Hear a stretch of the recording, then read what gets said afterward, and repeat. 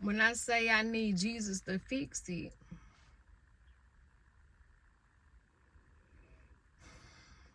that's an understatement. See what I'm saying? Because now I got to go home. I came to the lake instead of going to the garage. I was like, I can't see nothing in that garage. No love and happiness. No Bambi getting water. No little ducks here. No clouds, birds flying. In the garage, I can't see none of that. I got to have a change of scenery.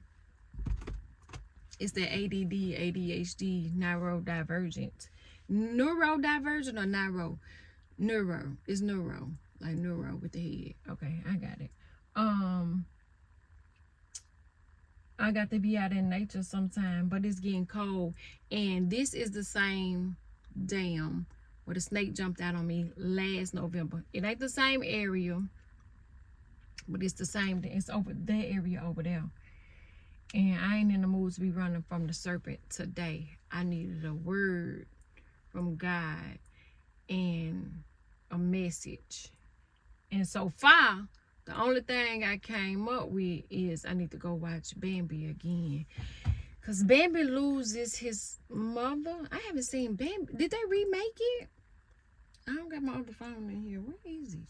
I'm going to have to see if they remade Bambi because I need to see what the lesson is in there because God is trying to teach me something. And He making it hard. You know, it's hard out here. I'm just trying to get the money for the rent. And the purses and the shoes. And the husband, I'm working on me, healing me. I should ask him if I could get on that boat. And just sit on the boat for a while. He has a leash without an animal. What the fuck is that about? I go that neurodivergent. And look at the ducks. I want to be a duck. The duck. Oh, there go the dog. What?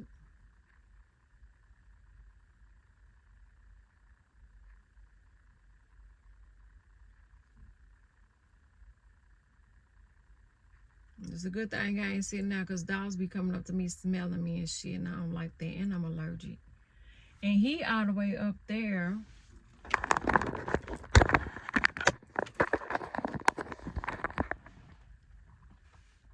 The dog back here, she already at the cow.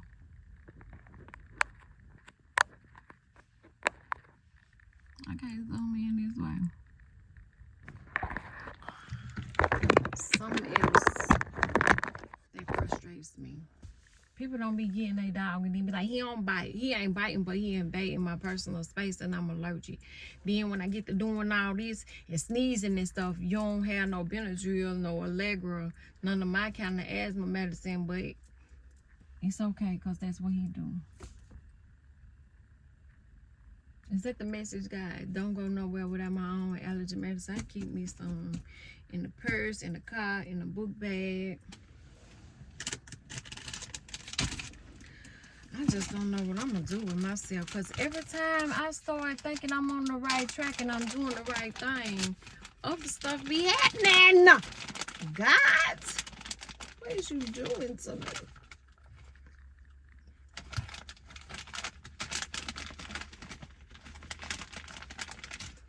When the summertime come, I'm going to have a big back.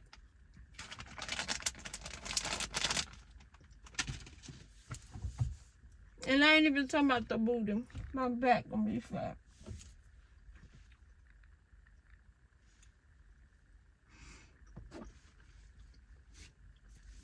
What's the righteous saying in the other movie? Help me, Jesus. Help me on my journey. Help me on my way. Please.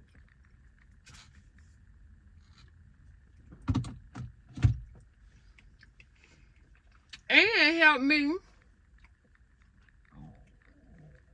not make no more plans come. My plans and your plans don't seem to be aligning, God.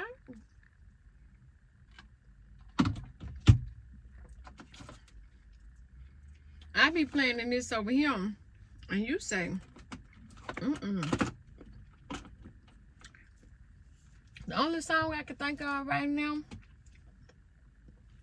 Kirk Franklin, Now Behold the Lamb said, even when I broke your heart, I went left. You told me to go right. Now I'm standing right here in the midst of my tears. I claim you to be the Lamb of God. Like, you told me to go left and I heard left. No, you told me to go right. But left had something shiny. So I went left. And I was wrong. So I came back.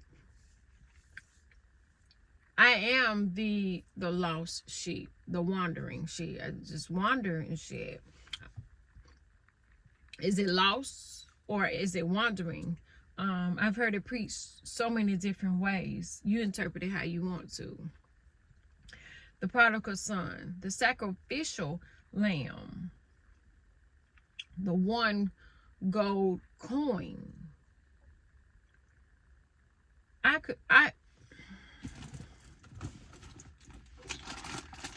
Jesus, I don't even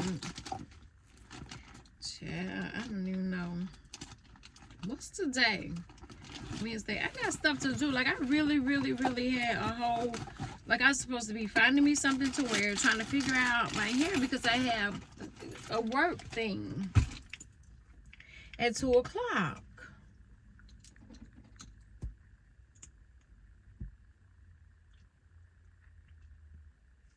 All I'm seeing is old men walking dogs. Jesus, I know them ain't one of the ones you gonna got for me. I know good God. That ain't what the. It is one nice looking man over there on the water. And you know the sad part about it, the most craziest part about it, if I sit here on this bench right in front of my car, looking just how I'm looking, a man will walk by and be like, "Smile, what's wrong with you?" Well, where you want me to store it? And stare out of my motherfucking face any goddamn way. You know what I'm saying? And I just came out the house like this just to drop somebody off. My window's tinted except for this one.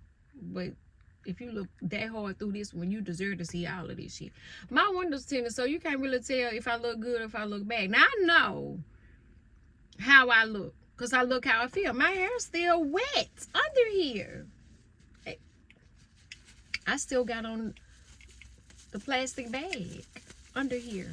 Cam said, you work at Sally's. How you don't have a shower cap? I'm like, girl, because I don't really use them. But I wanted to leave this conditioner in overnight because I don't know what to do with my hair. And the weather keeps changing, so I can't put a wig on and it's been hot. But now it's cold a little bit. But I feel like if I put that wig on, God gonna make it hot again. Child, I don't know. I just don't know. All I know is I just wake up every day and ask God, what part of Jumanji level am I on now? Matter of fact, I think I need to go watch Jumanji again because let me see how many lives I got on here.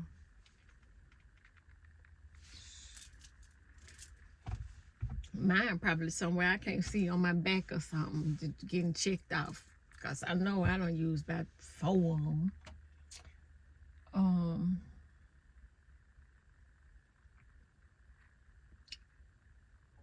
Earlier this year at this lake, it was a bunch of dead fish just popping up.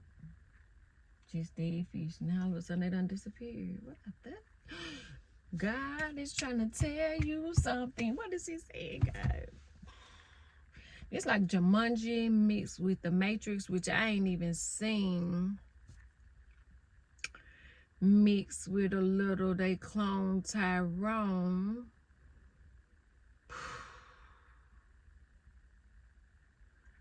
Mixed with all my life I had to fight.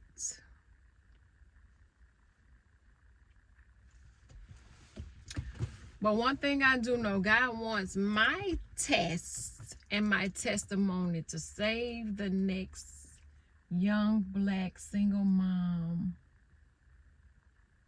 stuck in Jumanji Matrix. They clone Tyrone, color purple. Waiting to exhale. Like all of those trapped into one. 1 year. 2023 trapped in 1 fucking year.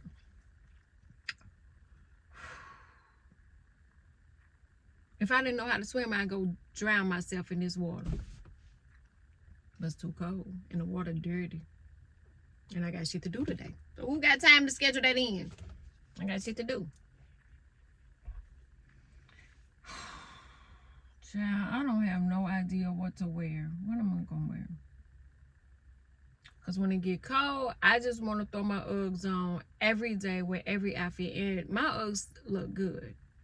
I keep my Uggs looking good because I love them. Like when they first came out and people was wearing them, they were ugly to me. And then when I bought Cam some and something happened where she started wearing them, I was like, well, they fit me. That's how I got a pair of Jordans too, because Cam had some and she was like, they hurt her feet. They fit me. And now they feet bigger than mine. So I can't even wear their shoes like they used to wear mine. But the Uggs, they say, is made out of sheep fur. And it feel like just a little hug on your feet. And your feet don't be... I hear people say they don't wear theirs with socks, but I like socks with mine. But Uggs are the shit. I like that. So that's what I want to wear. But I understand that when you working, sometimes Uggs ain't the uniform. But I'm gonna make it do what it do anyway. So yeah, I can make some Uggs look good, or the outfit looks so good you'll forget that I got on the astronaut looking warm sheep made moon boots. But in that case, I would have to have some type of idea of what to wear. I don't have an idea at all, because I forgot about it, and then I registered like I wasn't ready. Again, the neurodivergent ADHD had me all over the place, and I wasn't ready. I wasn't prepared. I'm not. But the good thing about me, is that life force. Oh, some bad shit that happened. It was like 12, 13 police calls and life force. Something bad. It's ugly. I pray for them. Take a moment of silence, because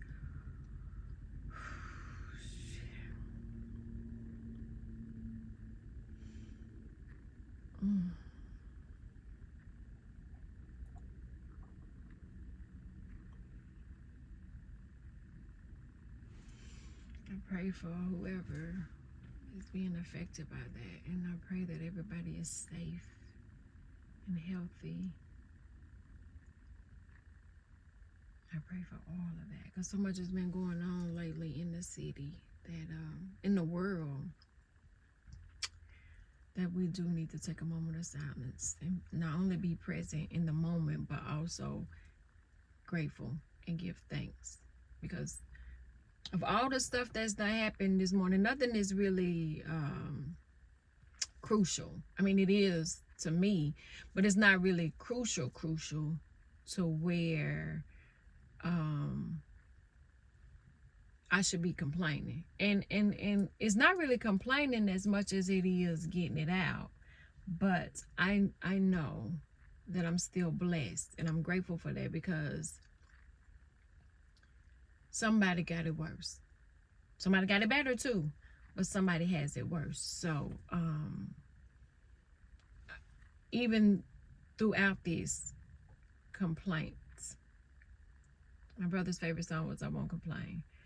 Throughout this complaint to the manager, I'm still grateful, and I'm still thankful, and I'm still able to see the positive in this, because all this is telling me, okay, get on your shit, because she's trying to tell you y'all dropping the ball with her, and that ain't what you wanted.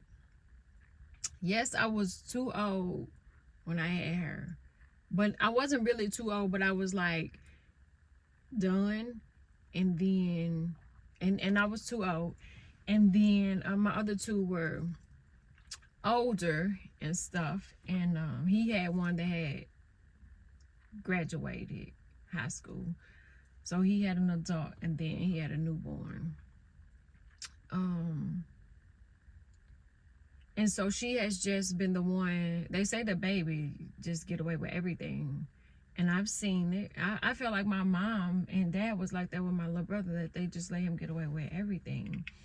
And so what she's saying is, y'all run around here playing like I don't still need y'all to be raising me. Y'all think y'all done. And y'all just providing, but y'all ain't parenting. Say what you said. Say what you're saying. Because here I have been going to this workshop, this cohort, trying to get, my documentary done, trying to, stay focused on finishing that. But I'm working at a job to fund the documentary, and I'm working on work and the documentary. I finished my second book. I just released it on 11/11.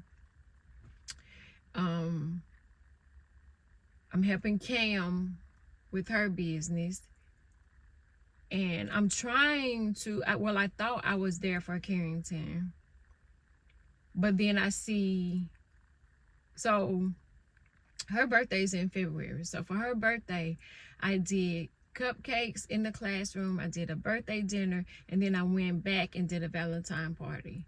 And that was like all in like a 3-day span, maybe 4-day. And I said, damn, Makaya, I didn't do that for you, did I? And she was like, no. I said, I'm sorry. When I had Makaya, I went back to work 6 weeks later. With Cam, I went back to work, but because of the epilepsy and everything that was going on, she was having seizures. My brother died. My dad died. I was grieving. We were like, it was terrible. But because of the epilepsy, I was really hands-on with Cam, and I was at the school all the time. I went on every single field trip, the ones out of town, the ones in town. Like, I did it all. And I'm tired. I have discovered that I've literally been raising somebody since I was 5 years old. I'm tired. Now, can I be tired? No, because I'm still responsible for my 2 minors. So this is when I can be tired, when I got time to just be present in the moment. But then I got to go home, put my big girl undies on, put on the face, and go out like nothing's wrong, make connections, and then go to the job. Because it's work, which is my stuff. I call my stuff work. And then the job, just over broke. And so my kid was falling somewhere in the, just look it up on your phone. Just do it on the phone. But let me say this though. That's not the type of mom I am. The type of mom that I am, I go to the schools. I hang out. I haven't been lately because I hate the school now. I really do. I don't like the school. I don't like what it turned to. It's not what it was when Cam first started. At one time we were a family. Like when you were in the classroom, like Cam I still talk to the parents of the kids that Cam went to school with from kindergarten to 7th grade, and she don't even go to school with them no more, but I still talk to the parents because they grew up together, which means we grew, to become a family and things like that.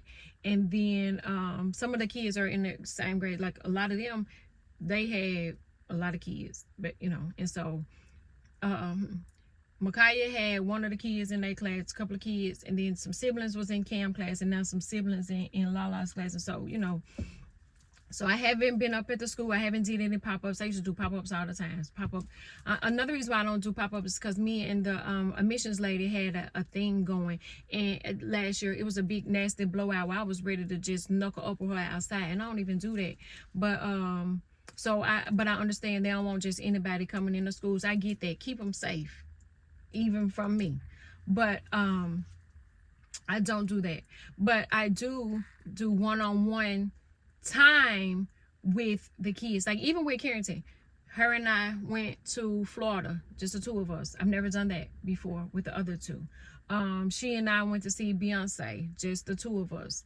I've never did that before. I've taken them to concerts, but it's been the two of them. But I do make sure that each one of my kids get their own individual time with me. So we do dates. And we sit up and I ask them, how is things going? How is school? What's the goal? What's the plan? And what do you need from me? What can I do? Where am I failing? Like last Wednesday, me and Cam went. She got out of school early, and she and I went and got something to eat, and I did that to her. Like, went down to this restaurant that sits on the water, beautiful view. What do you need from me? What are we doing? What's the plan? What's the goal? What's next? Like, college, this, like, what's that? And then even with my oldest, who's grown and away at school, I talk to her all the time. And the last time I was there, I made her make a list of goals and let's start checking them off and let's do this. So I am still that kind of mom. And even with Carrington, we sit up and we have movie nights. I pick a movie, she pick a movie. I always watch my movie first because I'm fall asleep on her movie.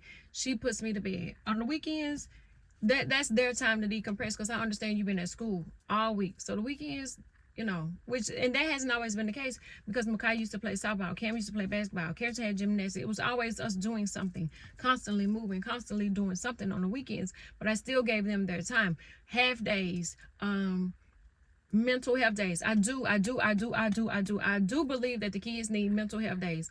When I was growing up, they didn't really give us time to miss days, and I wanted to be Miss Perfect Attendance too, and so I probably wouldn't have took those days.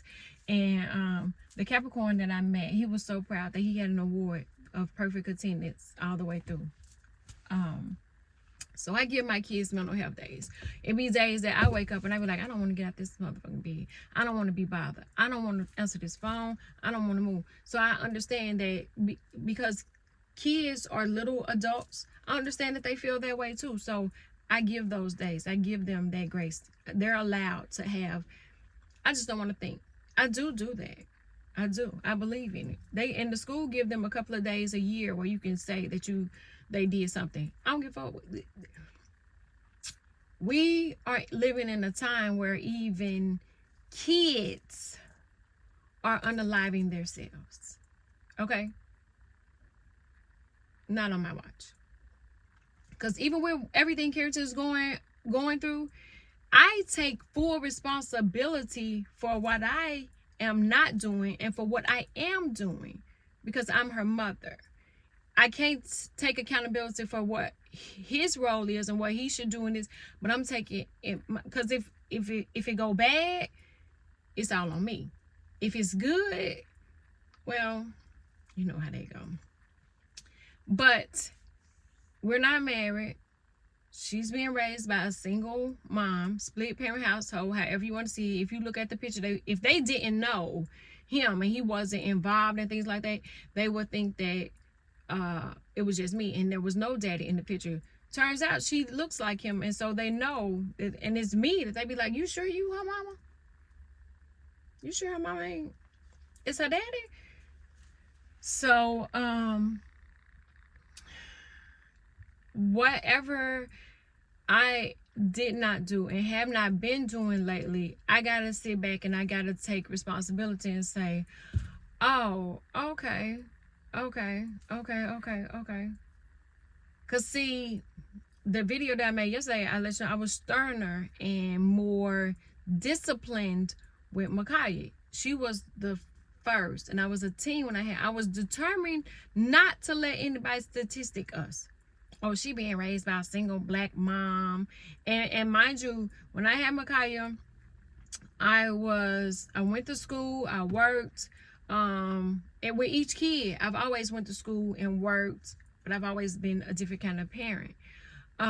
With Cam, I worked and I went to school, but then I stopped working and I went to school full time, but I was also a full-time mom. And like I said, I never missed a field trip.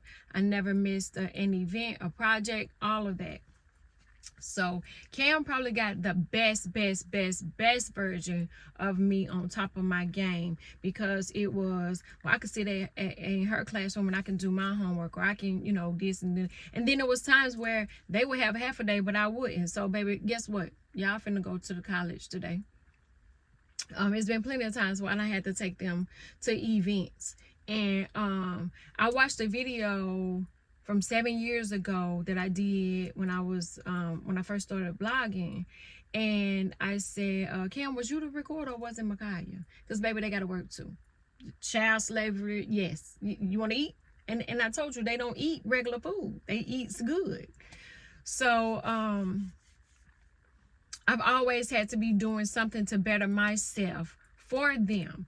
But what good is it if I've bettered myself when my daughter is saying, but I'm getting lost in the middle, sis? Like, hey. And normally I've raised them to the point where normally they'll say, I need your time. I need some one-on-one. I need more from you. I've raised them to be able to say that.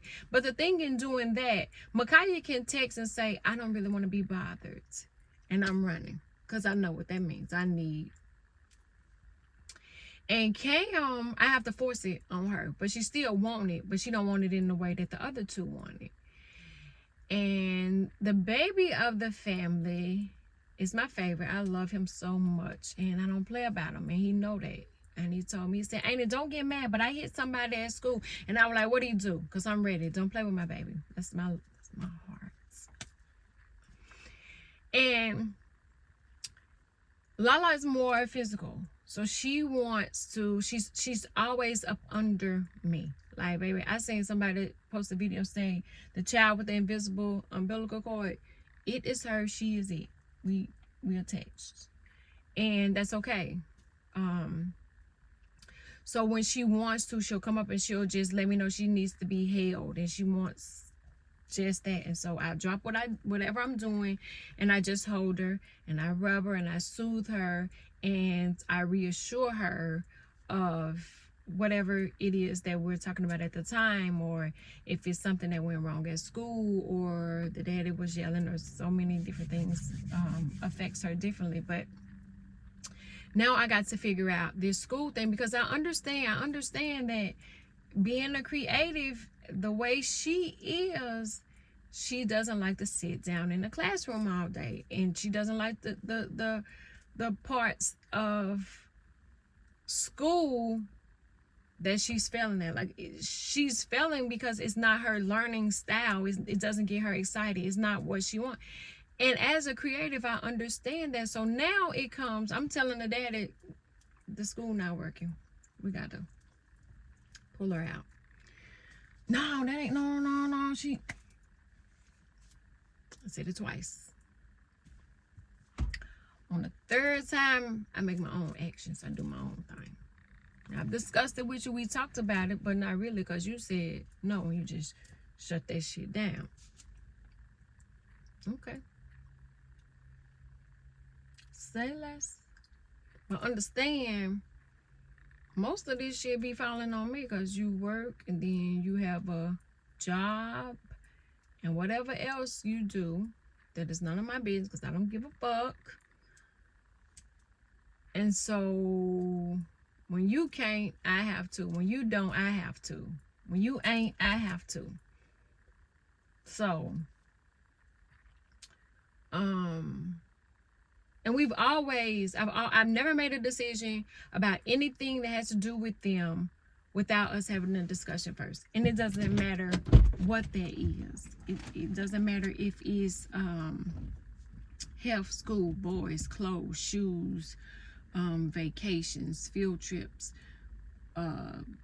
parties. Like, I've never made a decision without us having a discussion about it. He said the communication is off, and most of the time it has been. Our communication is real fucked up. I'll be the second to say it because he'll say it first. But I've communicated that there's a problem. The teachers have communicated that there's a problem. We had a parent-teacher conference, but I don't think he's asked her what she wants. But this morning, the manipulative narcissist Libra that he is, he said, because I asked her, my question to her, I was like, can you do it or do you want mommy to handle it? And he said, and so after I said, can you do it or you want mommy to do it? I said, that's period, point blank. And I just folded my arms and stood there.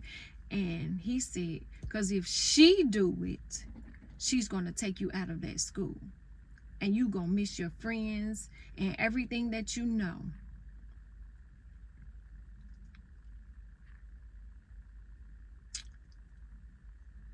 And then I let him take her to school so he could turn in the work and he could figure out how to take her to the allergy appointment that I normally do. See, normally that's me. But now we're co-parenting, so you can get on it. And today, after I get through working and the job,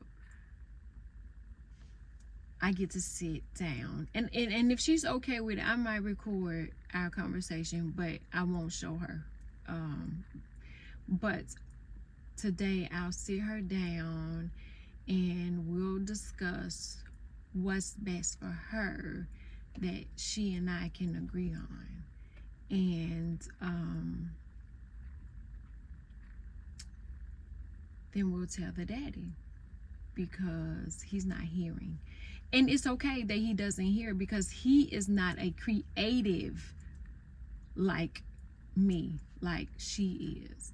He is a work, get paid, do, you know, like that's his thing. He wants to work and be rewarded in money and stuff like that. He thinks we're different like that. And opposites attract, but the motherfuckers don't work. He's a Libra, I'm a Scorpio. That shit didn't work. I'm hoping for Jeezy and Nia Long that it work because he's a Libra, she's Scorpio. She an October Scorpio though, so they might be different. But I don't know. But what I do know is that I'm going to do the best for my kid, even if it means I got to put my work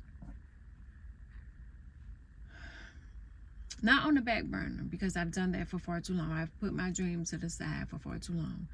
So if that means that I got to work two just over brokes to get her into a school that is art related, that caters to her learning style, or if I have to pay somebody to homeschool her, because I don't know, like I understand that she doesn't learn like every other kid. I don't learn like every other kid. I probably don't learn unless all 6 of my senses, and yes, I have 6, all 6 of them are being stimulated at the same time. That means music got to be playing in the back. I got to see something, I got to hear something, I got to be writing something, so I got to feel something, and I got to be eating. That's why my back gonna be so fucking big. And I got to be smelling, so it's a whole, right? But if you stick one of me in a classroom at a table with the computer and you say, just do what it tell you to do, that shit ain't gonna work with me. But you put me in the science class and you say mix this and mix that, or cut this open and look at this and touch this and do that. That's what we like. Go to art class, mix this color and that color and this color. Go to Spanish class and you hearing these different things, and so it's putting different colors and stuff like that. But you sit me down in a math class, you throw a whole bunch of numbers at me and I'm like, won't. I'll be doing her a disservice by letting her stay there. Now, just because it worked for Micaiah, it kind of sort of worked for Cam. The shit ain't really working for Lala. So, mommy has to be like, okay, I got it. It's time to come out and go to a different kind of school and be around a different kind of people. Because in my video I said yesterday, I finally found a tribe where I feel whole, I feel at home, I feel like I don't stand out. I'm not the oddball out, because we all odd, so we all stand out. And this family is love. The atmosphere feels different. So imagine me sending my kid to a school where she don't feel like she fit in. And wait, I did do that to Cam. I did it to Cam. I sent Cam. She said, Mama, this shit ain't working for me. You got to pull me out. The daddy didn't want that either. Pulled her out. She became a latchkey kid. Now, this the one with epilepsy. I was scared out of my mind. But now she is a businesswoman, a junior in high school, while being a freshman in college. She's doing absolutely amazing. So that's what God can do. But you got to listen to him, because had I listened to the dad and left her at the school, ain't no telling what could happen. And somebody at the time, they didn't want to release her from the school because we made a year-long commitment. And I said, baby, I'll take her to a whole nother state if I got to. I said, somebody's kids just unalive themselves. It'll never be on my watch. So if she says she don't want to go anymore, she don't want to go anymore. Right in the middle of the school year. I'm a different kind of mom. My mama I would have never been able to say, listen, Linda, I don't like it at that motherfucking school. I need you to fix it. She would have been like, but the bus come right here. You're going to this school. And it was a time where high school, we were able to take cosmetology or childcare. In some kind of way, I got childcare, and one of my close friends got cosmetology. She was like, I don't want to do no hair. And I'm like, I don't want to watch them motherfucking kids. So my mom was like, well, shit, all they got to do is switch it. She went up there, fixed it, bam, boom, boom. I ended up graduating halfway through the cosmetology program. We had so much fun in cosmetology. Oh, that was the best. We were no, they didn't let us color hair. Did we color hair? No. Did we? I did. We were piercing ears, we were polishing nails, doing toes, doing our hair every week. We was somebody different, baby. That was the best time of our life. We should go back to cosmetology school. A lot of y'all should go to cosmetology school. Instead of just thinking because you can do hair that you should do hair. So I got some research to do to figure out what to do about this, but I won't make any moves, I won't make any plays until after I talk to her and she tells me exactly what she wants, what she needs, what she's missing, and she has to have a solution, because it's gotta be workable. Like, I gotta be able to work with it, because she can't just be like, well, I want you to move to California and make me an actress. I could make it happen, but what about the schoolwork? What you gonna do about school? I can make you who you are. I don't have to make you, because you're already an actress. She's an actress. She's a fashion designer. I'm gonna post the outfit she made for Sexy Red. I don't know where the fuck that came from. I don't know if I should be ashamed or if I should be proud of her, but I am proud of her. I am so very proud of her, because she is the kid that'll tell you, but you said if I like it, you love it. Oh, I'm like, oh, I do. And she'll tell me she wanted to play basketball, and I was like, wow, you don't even pick up a basketball. She was like, why can't you just support me? And I was like, motherfucking right. This boat right here is called The Job. I'm finna get a boat. That's what the message is. She's the kind of kid that was, I've been sitting up here all this time and didn't notice the name of that boat. But she is the kind of kid that would call me on my shit. And I'm so glad that all of them will, because I raised them that way. But I'm so glad she'll say, I told her that this guy that I was dating, I said, he wants us to change. He wants us to look like money all the time. And she said, oh, he want us to pretend to be something else. He don't want us to be us. Because for us, she understands that us, we wear what the fuck we want to wear. We don't care. Like, if it look good and I feel good like she was feeling herself yesterday for picture day. The crazy part about that is it was a dress that used to be Cambria's that she liked, and she made sure she held on to it. Like, Cam stuff, I get rid of it. The minute they grow out of it, it go away from the house. This dress ended up making round two. Ain't too many pieces that do that.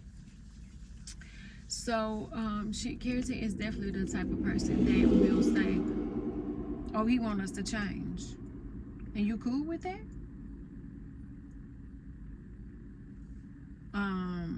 We always feel like we have to be put together 100%, A1, flawless whenever we leave out the house. That's how we feel. We can't never be, your hair can't be out of place. It can't be dry. It can't be dirty. It can't be dusty. You got to make sure your nails done, hair done, toes done. All the things have to be on point at any given moment. So when we go on vacation, we do go out and buy new things, get our hair done, do this and do that, just to take pictures and shit and show people that ain't on vacation. Well, Carrington didn't want to do that for this vacation. She was like, we vacationing. Don't bring that laptop. We ain't doing no work. You are on vacation. I'm on vacation. Leave it all there. It's my fucking spring break, and we gonna spring break it. Got the message loud and clear. So I am really like onto her about her hair. Like, I like it to be certain, because it's really curly hair. She's tender-headed. She likes to play in it. It gets mad. When I have to comb it out, she cry, I cry for hours. It goes on for hours. Don't nobody have to go through that but me. I don't like that. But I also understand that at her age, I had to start doing my own hair. And so every girl wants to start doing their own hair. So while we were entertaining the guy, she was doing her own hair, or she was experimenting with her own hair. And it was just her putting it up in her own ponytail with a bang, and rolling the bang and maintaining the bang.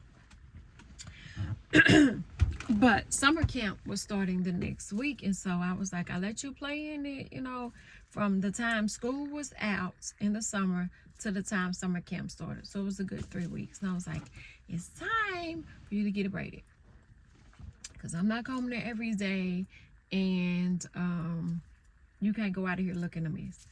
So she was like, well, I'm gonna tell you like this, sis. I like who I am. I like what I wear. I like how you let me do what I do, because I do. I allow her to express herself. I allow them all now, I didn't know it at first, to express themselves in a way that they feel led to do. I don't put any stipulations or anything on. Well, there is some stipulations. I'm gonna stop lying, because inside the house, Carrington can wear high heels, makeup, wigs. I don't like lipstick, but she'll wear that, fingernail, she'll wear all of that stuff in the house. Outside the house, sometimes she still wears some of that. But the little girl, the grown woman heels and the grown women outfits, I don't allow. She's not ready. But in the house, you can be whoever you want to be. And in my house, we are exactly that. We perform, we talk in British accents, we talk in ghetto accents, we talk in Louisiana accents, we talk in northern accents, real southern accents. We talk how, like, in the house is where I made it their home. If you can't feel at home anywhere else in your fucking city, you can't feel at home at school because you don't feel safe, or you don't feel wanted, or you feel singled out, but in these motherfucking four walls that love is paying for, you're going to be safe, and you're going to be able to be expressive. You're going to be who you want to be. So some of that does spill over off into our outside the house, everyday life. Like, she's expressive, but she's expressive with the shit that I bought. So I'm still in control, but I pick my battles. If you want to wear black and orange and silver with red, green, and yellow, okay, I ain't got no problem, but I bought it, so I know what's in the house. that's where everybody until they don't get their own money and they start buying their own stuff. But I can still pull rank and be like, nope, you can't wear that one. Nah, it ain't long enough. Let me get that. I can wear that one. So she said, one thing I know about me is I'm not changing who I am for anybody. But if that's what you want to do, you cool with it. Go ahead. I can't stop you, but you aren't going to stop me, and he ain't going to stop me from being who the fuck I am. And as a kid, I am so honored to see that, because a lot of people aren't able to stand up to their mom and be like, hey, lady. But then, too, I love that the most about them, that they're able to challenge this. They don't buck it, and they not disrespectful the way I say it. When I say it, I'm saying it how I get it in my brain. Like, hold up, sis, you tripping. This ain't what we talked about, okay? So when they express their feelings, their thoughts, their wants, their needs, their desire, I'm all ears. Because I love that, our relationship like that. The hardest fucking relationship in the world to fucking maintain is a black mother-daughter relationship. I don't give a fuck what nobody else say. Fight me. Some of y'all got good mama-daughter relationships, and that's good for y'all. I applaud y'all. I salute y'all. I'm jealous of y'all. I don't have that. Like, it's toxic between me and my mom. But as the generational curse breaker, as the sacrificial lamb, as the chosen one, as the lost sheep, as the prodigal daughter, as the one golden coin, I was determined to end that shit with me. We cut that shit the fuck off. The minute I noticed I'm having girls, God didn't throw a son my way. Except for Amir. I love my baby so much. I had to break that.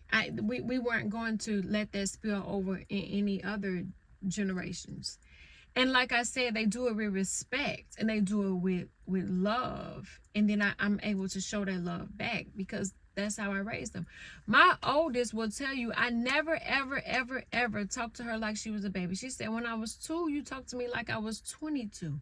You motherfucking right. Why wouldn't I? Because when I had her, I was 19. She had to be 19 too. Like, we got to figure this shit out together, because there's no instruction manual. Baby, God did.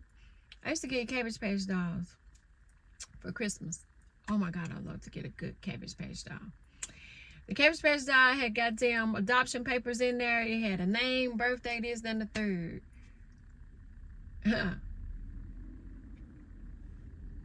This one came, I had to give her a name. God gave her a birthday, a birth time, but he already knew it. But one of my fucking instructions in there. I had to figure this shit out. So as I'm navigating and figuring it out, come on, sis, you right here. My friend joked and said, "Makai like our little sister." And I thought about it, like, damn, she old as fuck now. Like, she act like one of us. Like, she's actually our age. Like, she motherfucking she is like our sister, because I had to pull her with me. She had to go where I went. She had to, like, and I'm not talking about we were in no clubs or nothing like that, and she was in the club. I mean, if we hung out, I had to take her, or I couldn't go, or they would come to the house where she could play her own thing. I had to do that with Makaya, but I also taught her how to read when she was 3. She did homework when she was 2. Like, and when I say she did homework, I mean she would, I would do the dotted letters and numbers and spell her name and things like that, and she would trace it. Yes, she had her own little corner in our apartment, and she learned all of that fast. We had a bedtime, went to bed same time every night. She had a routine. Boom, boom, boom, boom, boom. They joke and say, you are the blackest, whitest mom I know. And I don't know if that's the insult, because now Cam calling me a fucking almond mom. And I don't even know what that is, but I know it's disrespectful. It's kind of cold. I'm going to have to wear some pants. But, what about that dress? But,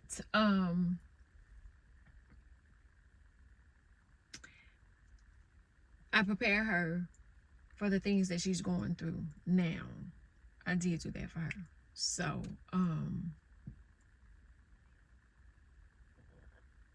I know with each one of them, I can drop them off anywhere in the wilderness and they'll come back leading the pack.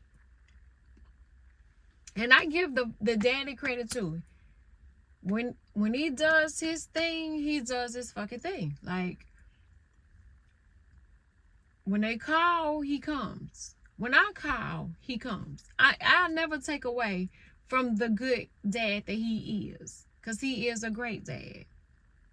And I am blessed to have a baby daddy. I hate the term. That's what I call him all the time, and he hated too. The baby daddy. Never missed a basketball game, never missed a softball game, never missed a practice, a recital, a program, always there. But then we were in a relationship, so I was able to keep reminding him and constantly stay on him, and then make sure to hold him accountable. And so now I'm not required to do that, but we trying to co-parent, so we trying to figure that shit out. And that ain't enough drugs in the world that can prepare you for that right there, because that's you're going round for round in that one too. But the job that we've done with our children is a testament of the promise we made to not only each other but to them, that we would give them more than what we had. We would raise them to be better than who we are. And we're doing that. We've done that. And I couldn't have done it without him. And he couldn't have done it without me. That's for damn sure. I don't give a fuck what nobody else say. I couldn't have done it without him. He couldn't have done it without me. Now, we trying to done it separately. And that's what the problem is, because the communication is off and the kids are older. We're older. This is new for all of us. And ain't no fucking instruction manual, so we just winging this shit out here. But again, I won't take away from the good father he is. When he shows up, he shows out. We don't really want for anything, for real. They are the truest daddy's girls that you can ever textbook term. But there's some toxicity there. There's some things there too, which I think is another thing that happens with black families, black mothers and daughters, black mothers and sons, black sons and black dads and black daughters and black like we all need fucking family counseling. We do, because we just two people kind of hot and bothered. You know what I'm saying? And this is relationship, sneaky link, one night stand, acting bad, links, married, divorce. Not like, this is for everybody. Like, we getting together, we get hot and bothered, and we procreating, and we signing up for something, and we like,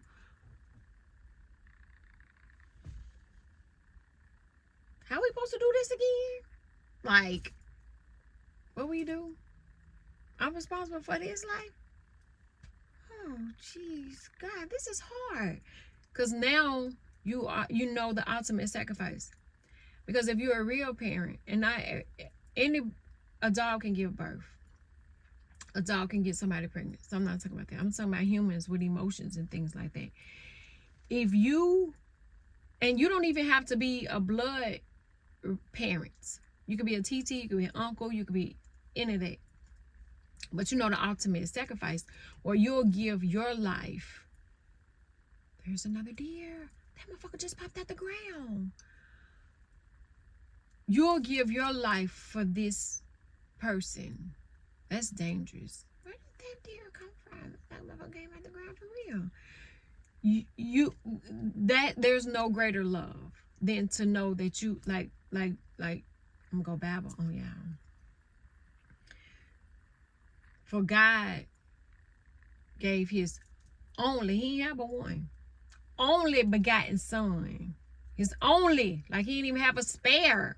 And there's only one for us, for me, for you. He sacrificed. You see what I'm saying? He sacrificed because he knew I had this so he could save a world. So he gonna be crucified. I know you finna crucify him. Y'all gonna deny him. You know what I'm saying? You gonna betray him. And you gonna kill,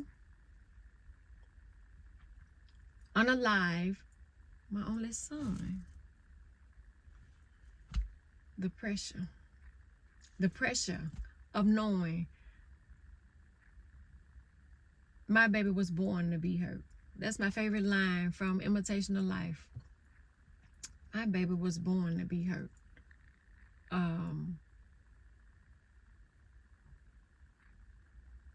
And I know that that's what y'all gonna do. But go ahead, son, and go on down there amongst them commoners and let them treat you how they gonna treat you. But it's for the greater good. Now, they tell us that church is within us and God is within us. So, if God had to send his only son, then my mama had to send her only daughter. And say, well, I know they're going to hurt you. And I know they're going to betray you. They're going to talk about you. They're going to use you. They're going to abuse you.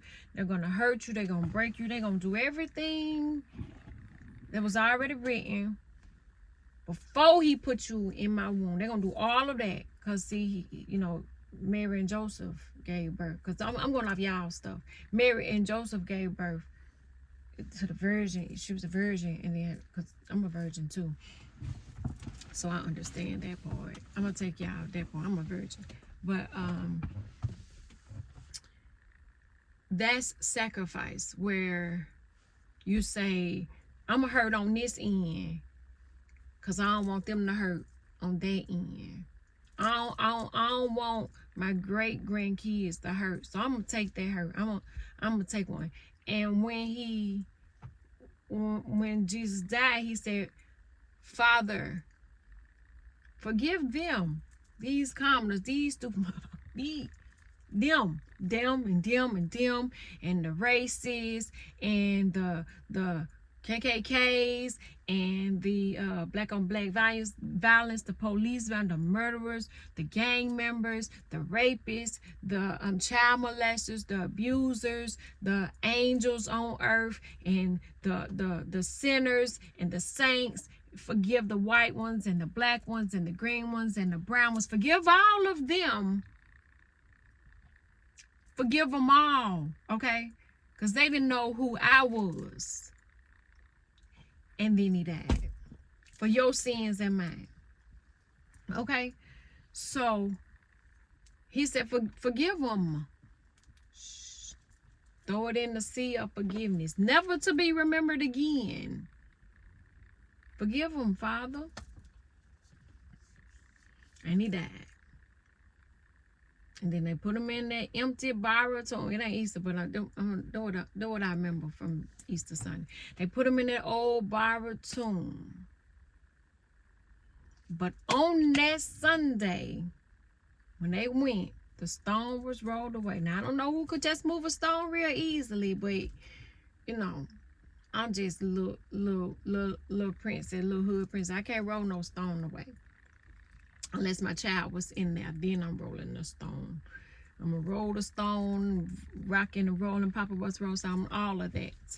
And the angel said, he ain't here. He ain't here. The one you coming looking for ain't here. Jesus is not here. He's, well, where he at? Oh.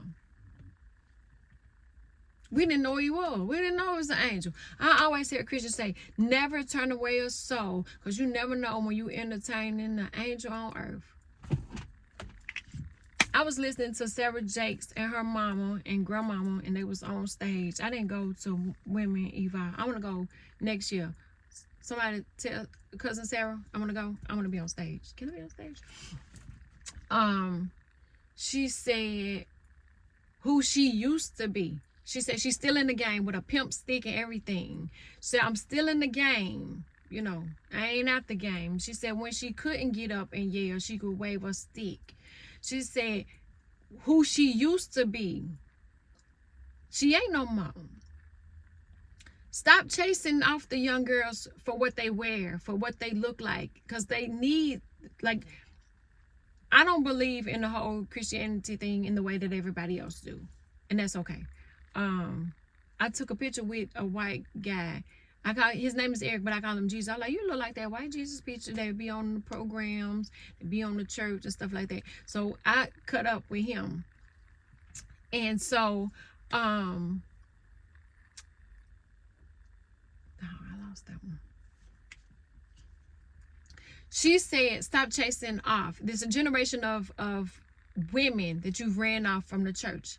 And I was talking about this a couple of months ago to another lady. They told us that we had to come and ask for forgiveness because we had sex out of wedlock. We had adultery. We had committed adultery. And we were having kids out of wedlock. We were shacking up.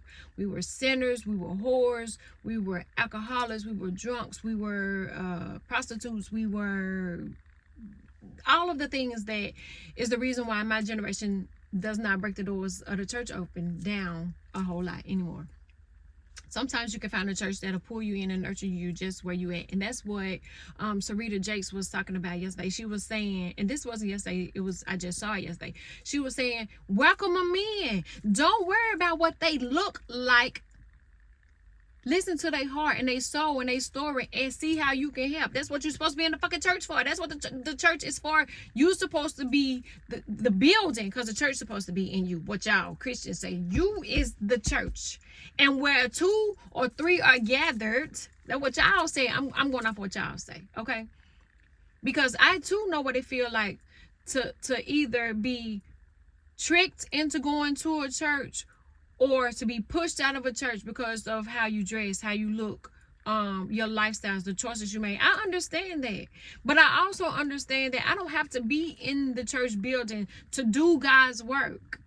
And I don't have to post it on social media every time I do God's work. I don't have to tell a soul, because the one who I got to tell already told me to do it, and he will provide. I don't got to do it for clout. Why? But what I got to stop doing is hiding, because that's what he said. You can't be the messenger if you don't want nobody to know what I'm doing. And so I'm wrestling with that, because I'm like, no, my life ain't perfect right now. I'm fucked up, God. This is how I talk to my God. I don't know how you talk to y'all. I'm fucked up. But you knew that.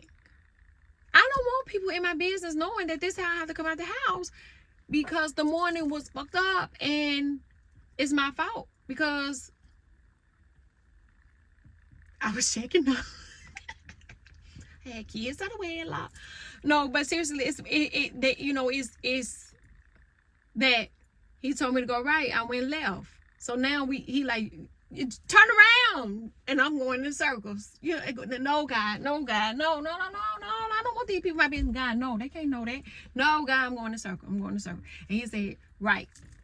And I'm how many lefts you got to make a circle? I'm still fucking going left. And he was like, hey, yo.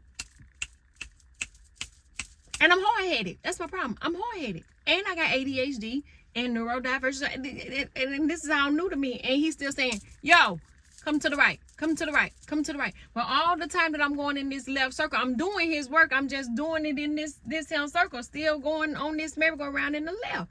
And he was like, well, I'm going to be over here when you finally figure this shit out and come over here. Because this is where I'm at. So I say all of that to say that even though it might look good on the outside, understand that everybody dealing with a war and everybody battling something. But how can the next Shasta, the next Dinky, the next Micaiah, the next Cam, the next Carrington, the next Amir, how can the next Chauncey, them make it through if they don't see that we made it through? Like how, like, it's just like, I feel like The Simpsons, right? Everything that they put in The Simpsons is fucking happening today. I need to start back watching The Simpsons. I started watching The Simpsons like 1999. When did The Simpsons come out? I started watching a long time ago. I don't even know what level of Jumanji we are on. I guess I need to go back and watch it. I'm gonna have to see what we on The Simpsons. Everything. So who lived it to know to tell it? And then how did? Oh, it's recorded. Oh. So that's what the answer said in the book. Take a look in the book. It's Reading Rainbow. That reminds me, I had read this thing, like, which was the top shows that you used to watch in the 90s. And they said Reading Rainbow way on there.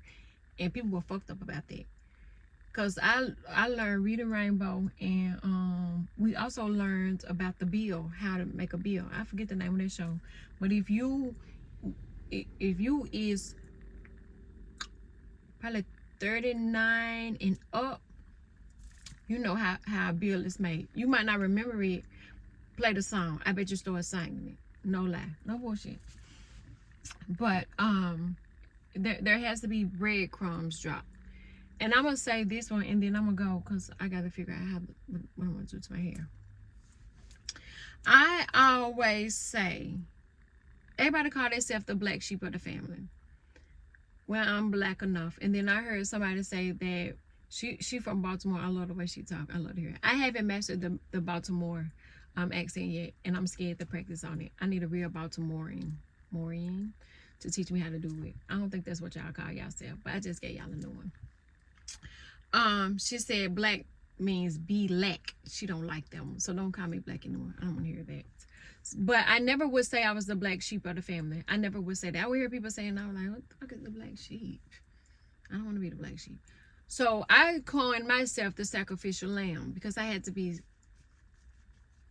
slaughtered, sacrificed, chopped up, screwed, and fed. Chopped and screwed. Somebody said Mace talk like a chopped and screwed remix.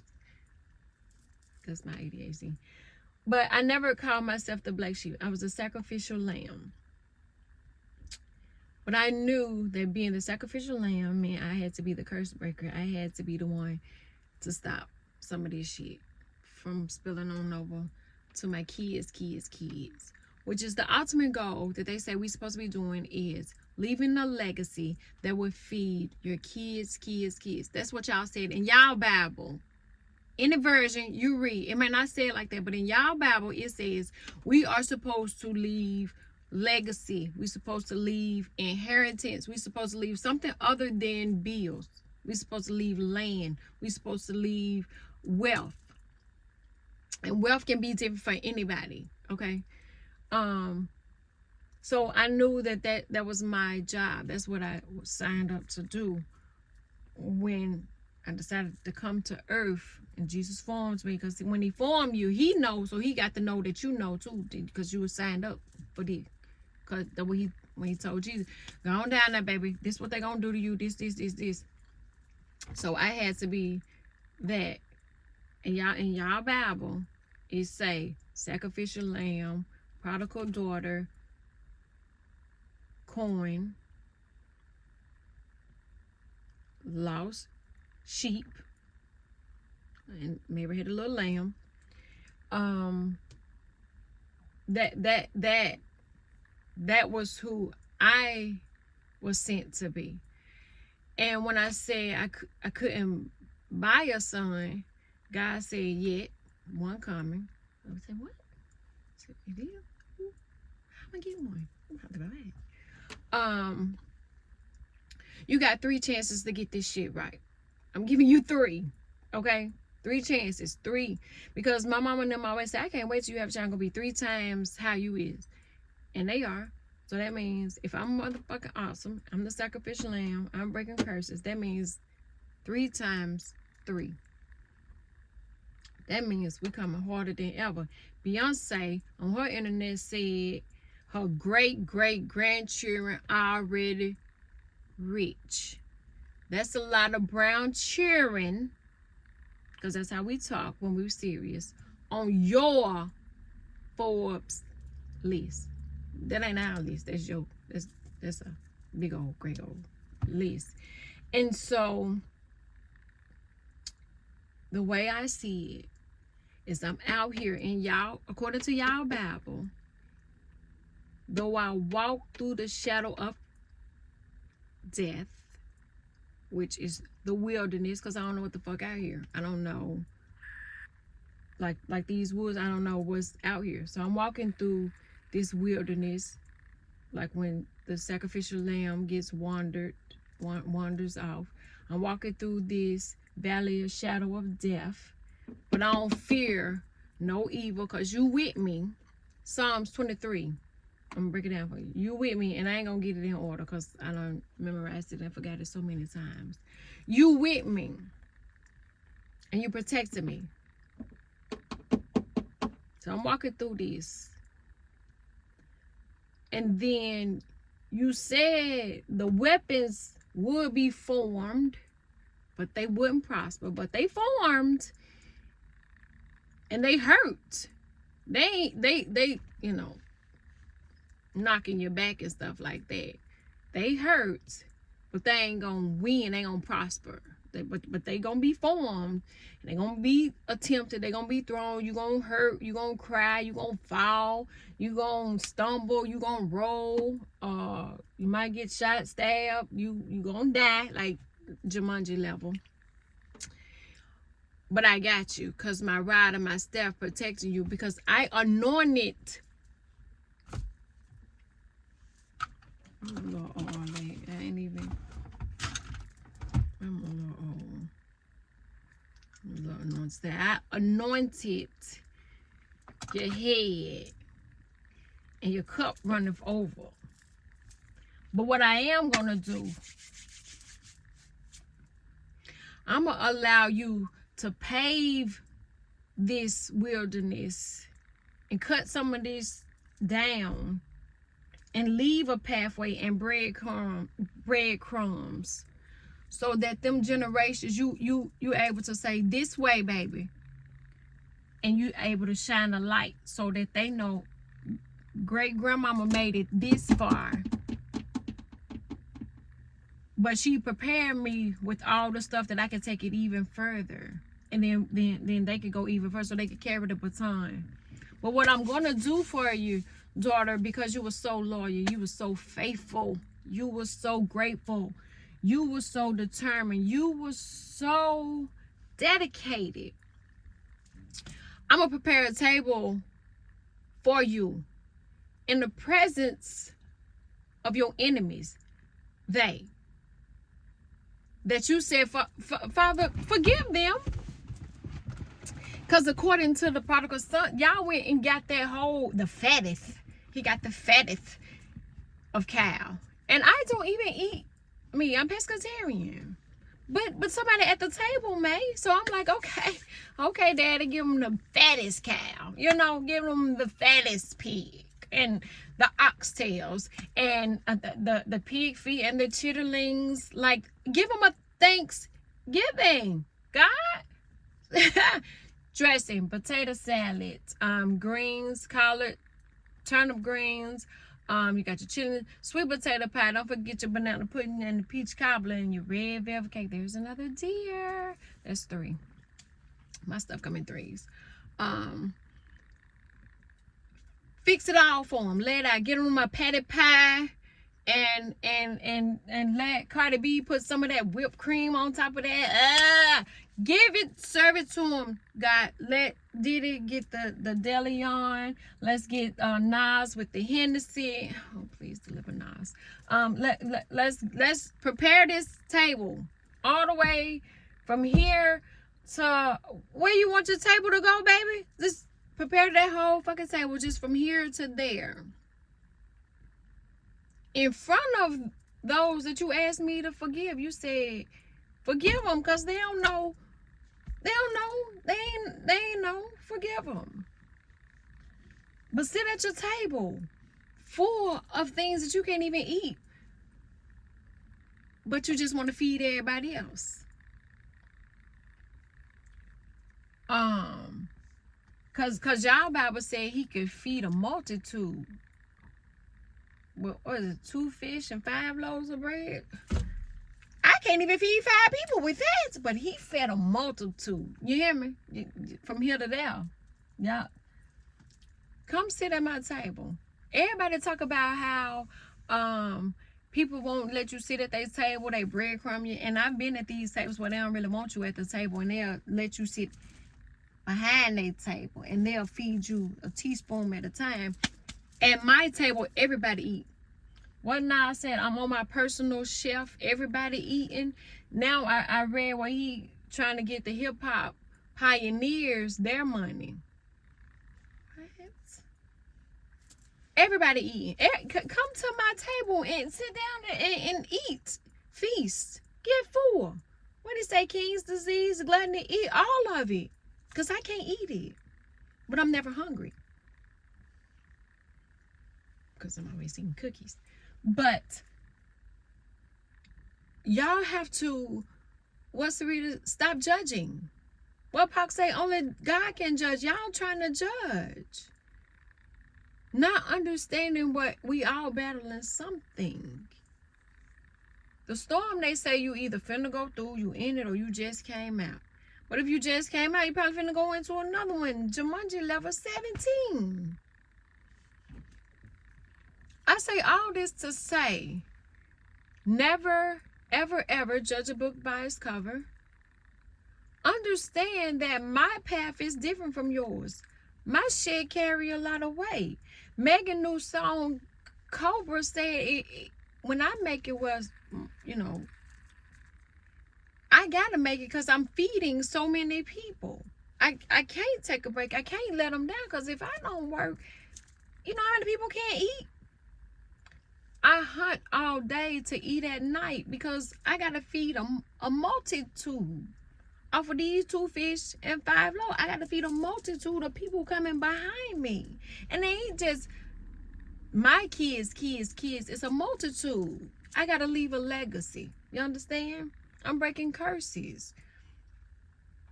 And even I heard, so whenever you're in my presence, I stir something up in you. And even though I don't know what I said to change your life, I'm saying something. When you need it, what you need. I used to be like, why are these little kids telling me all their business? Little kids talk too much. They were releasing because they felt comfortable with me. But I didn't want to be seen. I still don't want to be seen. Because it's not me you should see. Because it's not me doing the work. When it's ego, that's when it's me. When it's outside of ego, that's when it's him. Who taught me that? Miss Claudette. Yeah. Because, see, I wouldn't have normally made a video in my night clothes. I don't really sleep in this, but, I won't really be caught outside like this. Like, I won't be in the store or outside, maybe at the lake. Because if you up here, you should be minding your business anyway.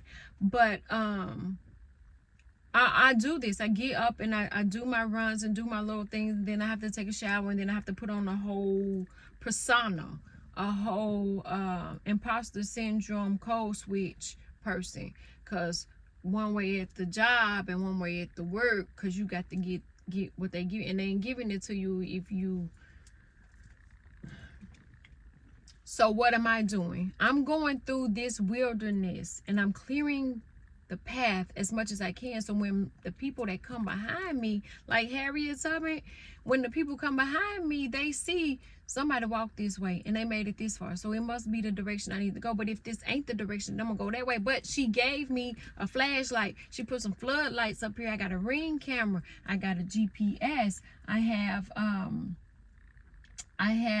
the tools that if I had to hunt to eat. My grandma left these tools. She left these clues. She left these breadcrumbs, Hansel and Gretel. Like it was what my purpose. It was what I was born to do this, to pave the way. Cam right now is working for herself instead of working on somebody's job. Now she's done it all, but she's always had a job. Do I want her working? No. I want her to enjoy being a kid while she's a kid. Because once you turn 18, they don't even talk to us no more. They go straight to them. You know she don't got to be in here. And you know you 18. And I'm like, and I don't say what you said. Because 2 months ago, you wanted her to raise her hand to go to the bathroom. So, no, you ain't finna shoot this one accidentally because it got out of line. You know, nope. You're not finna give her something that might harm her later. You're not finna put her on them pills. And you're not finna give her that. And we're not finna do that. And she said she didn't want a flu shot. We're not finna do that. And I said, and she said that we're not doing it. So, I love the hustler that she is, because I understand it comes from watching us hunt all day so we can eat all night. Micaiah had a job early. I remember my stupid ass went and got my ID changed so that I could start working at 14 at McDonald's. And then y'all wonder why I don't eat McDonald's now. I work there. I know it. Okay, but I did at one time eat it. I fed it to them. They still eat it. That's on them. I won't eat it. The fries, you might catch me eating some McDonald's fries and drinking a McDonald's Sprite, because sometimes I need to get my system cleaned out so I don't be sound like a man all the time. But I understand her hustle, because her hustle is so Russell. Okay? Russell Simmons, that is, you know, working, always trying to discover the next thing. Like Vanessa and Angela, successful. They started out like, you know, Patriots. That's another topic. But anyway, I'm raising these mini moguls, so I know what I bring to my table, because I am the fucking table. Remember the table he prepared? But the people I got sitting on my side are future millionaires and billionaires and beyond. A lot of my great-great-grandchildren on that Forbes list too, because I made it. I made the sacrifices for them to be able to come on through. And so that's me paving this wilderness path. Now, it's up to me what I use to pave the path. But it's just me. And I'm trying to carry a lot of people. So, is my path paved in gold? No, it's not paved in gold. Right now, I'm down to fucking breadcrumbs and sand. Okay? But it doesn't matter, because I'm dropping jewels and dimes and keys along the way that my kids standing on my shoulder. I'm standing on my mama's shoulder, who's standing on her grandma. So we able to see a little higher each time, and we able to follow the star and the clues and shit by staying present in the moment.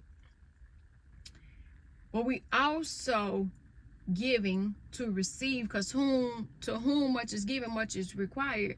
Heavy is the head that wear the crown. We bearing all of these, but I'm trying to bear more, because I'm saying if I take more, then it's less that they have to take, but it's further that they can go. And I'm okay with that. I'm cool with that. I'm cool with that, but I'm saying, God, don't make me be vulnerable. Don't make me be out there now. You want them to see me like this? Like this guy? He won't let me wear lashes because my allergies, and now I got a cut on my eye that the glue evidently aggravates. I ain't had no lashes in about a month. That's my comfort. That's my little blankie. Give me my blankie back. I feel vulnerable. I already don't got no eyebrows. Then you don't tell my lashes and mascara. I don't care what you say about mascara. Mascara is not lashes. I don't care how much volume you make it. It don't work. So God, you finna take my lashes. You finna make me have a testimony looking like this. I still got conditioner in my hair. And I didn't have a shower cap, so I had to put on a little bit of trash bag. And then sleep with the bonnet on. And then put the hat on top of it because I had to take Cam to school because she missed the bus. Because the daddy and I had to talk about the little one before school this morning. Because I got to work and got a job. And he got to take her to the allergist because I can't. And then he got a job. But God said everything that you need is on its way. Everything you need already in you because I made you. You are like... He's still over there on the right. I'm still going in this circle. Like a dog chasing his own tail. Hey, I thought you said you were smart. I thought you... Did you say you knew what the fuck? But one thing I won't apologize for is the kids. And I'm going to tell you why. Because with the endometriosis, the fibroids, the blocked tubes, the congested pelvis, the tilted uterus, what else is? The adenomyosis, the fibrocystic breasts, the asthma, the allergies, the migraines, the high blood pressure, the bruising, the heating pad addiction, the hookah pen that you just can't put down. With all of that, they said you shouldn't have been able to have one. And you went back. Because everything that they tell me I can't, I'm going to do it times 3. Because my stuff come in 3s. And the Holy Trinity, is that what y'all said? That's y'all Bible. I just be... So I'm saying this to say, judge me through my wilderness in Pastor Keon's voice. If you must. If you must. Judge me in my wilderness. Because when light hit, when I hit the light, and I ain't in my wilderness no more. And I know that don't sound right. I ain't in it no more. And I'm getting the sun shining down on me. Sun just came out too. It's hot. I think I turned the radio up. Did I turn the radio up? Okay. So, judge me in my wilderness if you must. But understand, what may seem like bad, somebody else got it worse. Somebody else got it worse. So I'm grateful in my wilderness at where I am right now. Because I know it won't always be this storm. But I'm over here in this circle on my own going through this tornado when all I had to do was go right. But I just shared something on Facebook and said, every L I took was trying to make sure everybody else was straight. Well, that was dumb. It is what it is. Remember, my calling different. My lessons harder. But my rewards are so much better. And I didn't learn this shit overnight. I did not learn it overnight. But I wasn't, what they say, when you losing weight. You didn't gain all this weight overnight. You ain't gonna lose it overnight. I've been fucked up for a long time. So I ain't gonna be unfucked up overnight. Let me try that again.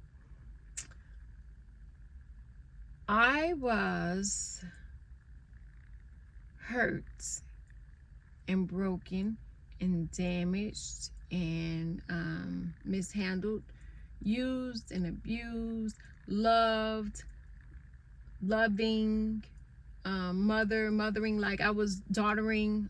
I've been doing this my whole life, and so I can't undo it, fix it, package it up, and make it pretty overnight. It has to be done in stages, a little bit at a time. And thank God that the women and men that raised me instilled the things in me that I needed to be able to make it. Because I wouldn't be able to tell you Bible if my mama didn't make me go to church and didn't make me listen.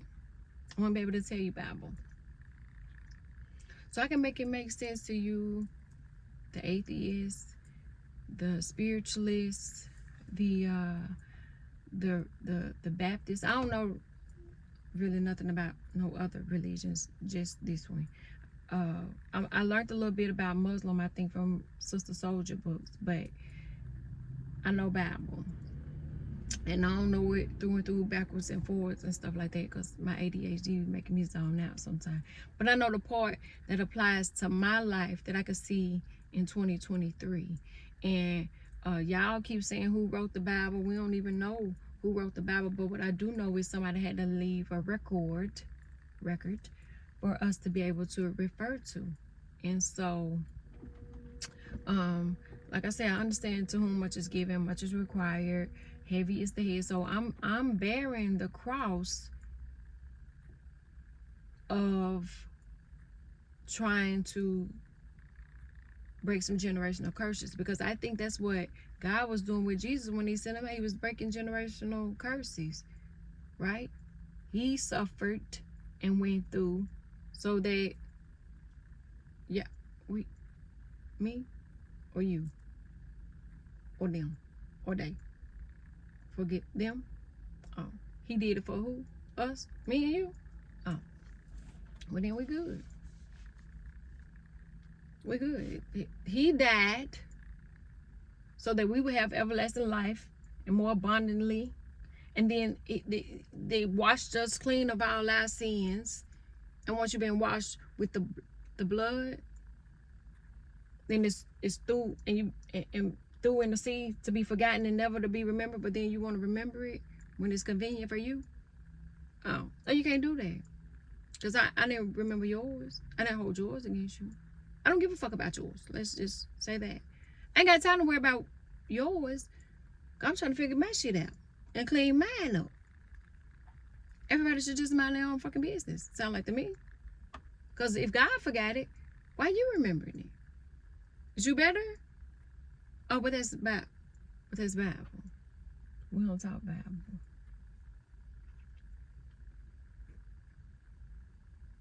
Y'all don't. I will. I don't give a fuck. I'm gonna make it make sense. So when you say, I ain't know, but she told you. My daughter going through some things right now. She want to say, Mama, say you told me so. I won't do it.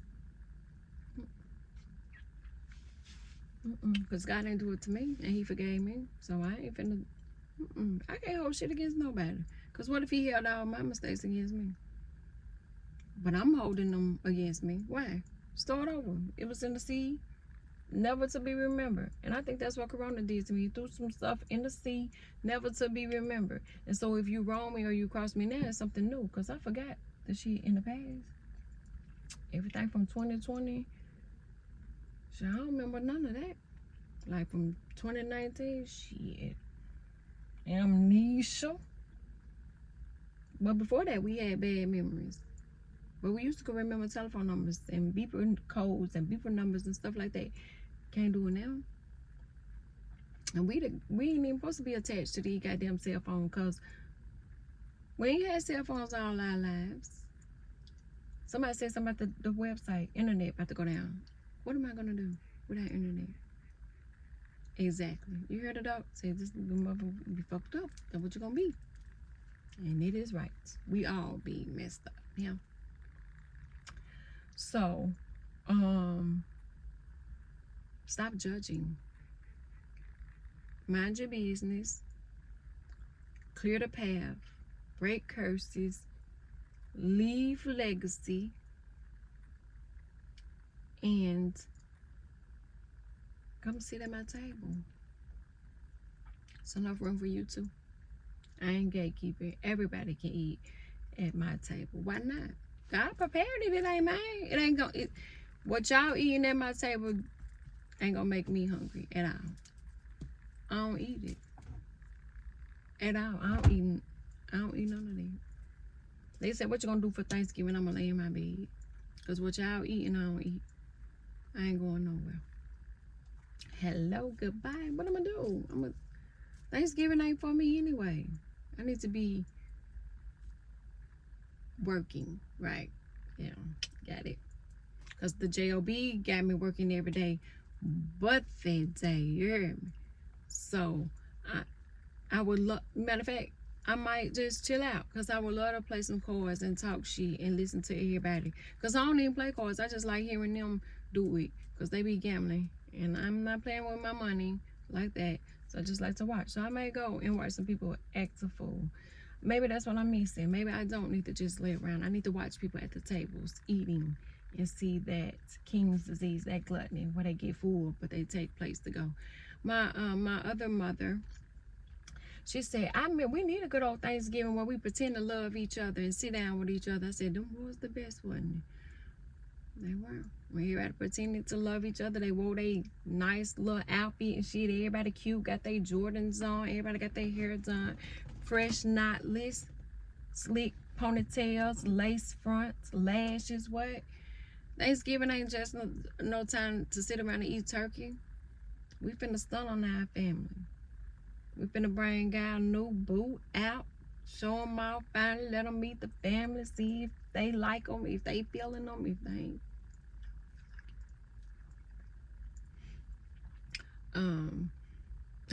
We need those card games, spades. Bring back the spades, the dominoes, the drunk uncles. We need that to go out to the store with the cousins, stand outside. But grandmama know y'all out there smoking their reefers. She knew. Grandmama knew. Grandmama was young too. We miss those uncles sizing us up, trying to see if your nephew did. We miss that. And so we can be like, yeah. We miss all of those old school barbecues and cookouts and things like that. That's how you get to know your people. This city's so fucking small that I've heard of plenty of people like, who your people is? Gotta make sure y'all ain't related. I've heard of cousins dating and then finding out they're related. I've heard of cousins with last names trying to figure out if they've dated or if they're related. That's why everybody need to do their genealogy. That's why I'm going down there to the library Saturday, because I need to know who my peoples is, because I think I got so much shit in my background. I don't even know if I'm black or not, because they be mistaking me for somebody Latinx, and they keep telling me I'm ain't that, but they don't know. It's a mystery. Who knows? We all related around here anyway, in the world. But this was just a decompress, because I had to realize where I'm fucking up at, where I need to pick up the ball, where I'm slacking at, what I need to do, get back aligned. The job probably gotta go, and figure some stuff out, because this shit is heavy. Heavy is the head. I've only seen 3 deer. Every time I see the deer, they're in 3s. I need to look up the meaning of 3 deer. Drinking water. They all drunk water. Okay, guys. Let me go to the house so I can see what I need to do today and get myself together, because I wasted too much time sitting here trying to get some stuff off my chest, but also to do what I'm supposed to do, get my testimony and spread the gospel, that good gospel, not that stuff that y'all believe in, but the truth, the way, and the sunlight.